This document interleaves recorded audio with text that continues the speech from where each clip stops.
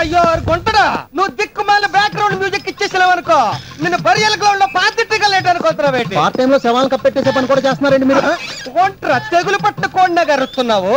ఓవులు అనుకుంటున్నారా మీరు? నన్ను పులి పులి పులి పెట్టాలరా నాను. సార్ పులి దగ్గర మీ నాన్నగారు వెళ్ళారా లేక పులి మీ ఇంటికి వచ్చిందా? ఎంత వికటాలు ఆడేవంటే అసలు నాకు బీపీ ఎక్కువ. ఇదిగోండి మాస్టారు, ఈ మాట మా దగ్గర అంటే అన్నారు కానీ ఇంకోటి దగ్గర అనకండి. ఈ మధ్య పులుల చర్మాలు వచ్చేస్తున్నారు. అదొక్కటి లేవకు నువ్వు, నాకు కోపం వెళ్ళిపోతుంది. సరే ఇప్పుడు మనం విశ్వామిత్రుడు గురించి 2 మొక్కలు సవనేసేసుకుందారు.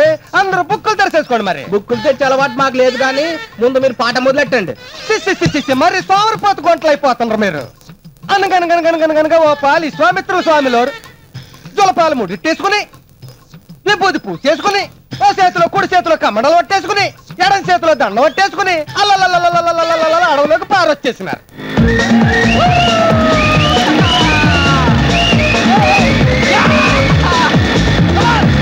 విశ్వామిత్రులు తపస్సు భంగం చేసేయాలని మేనక జబ్బల్లేని జాకెట్టు సిల్క్ కోక చుట్టేసుకుని లగెత్తుకు లగెత్తుకు లగెత్తుకు లగెత్తుకు పారొచ్చేసింది అనమాట.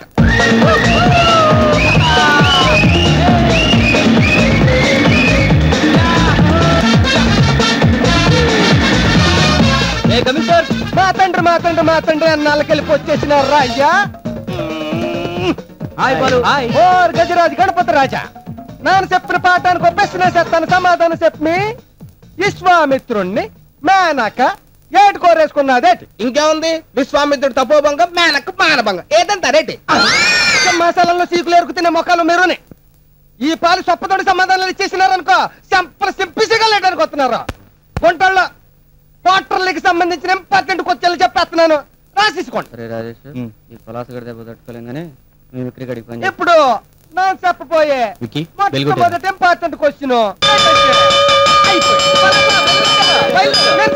మొదలెట్టి కోసం సేపు కాలేదు. అప్పుడే గంట కొట్టేస్తాడు. ఆడేడు చేస్తాడులే, ఆడు ఏదో పని చెయ్యాలి కదా. మరి ఆడికి వచ్చిన పని గంట కొట్టడం ఒకటే.